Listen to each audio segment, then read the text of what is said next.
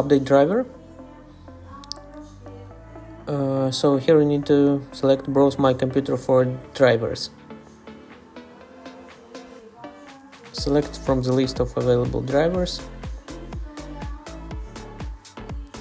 Select driver to the date, what was latest working. Click on next and install the driver. After that you need to restart the Windows.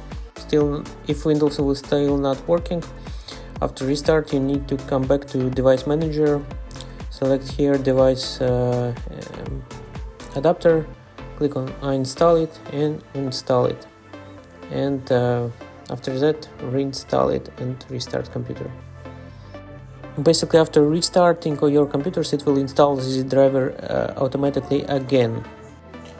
Okay guys, so in most cases it will fix all your problems. So if it's still not working, you can try the last one method is click start menu, settings, click on network and internet and click on troubleshoot, and it will automatically try to find all your problems with Wi-Fi.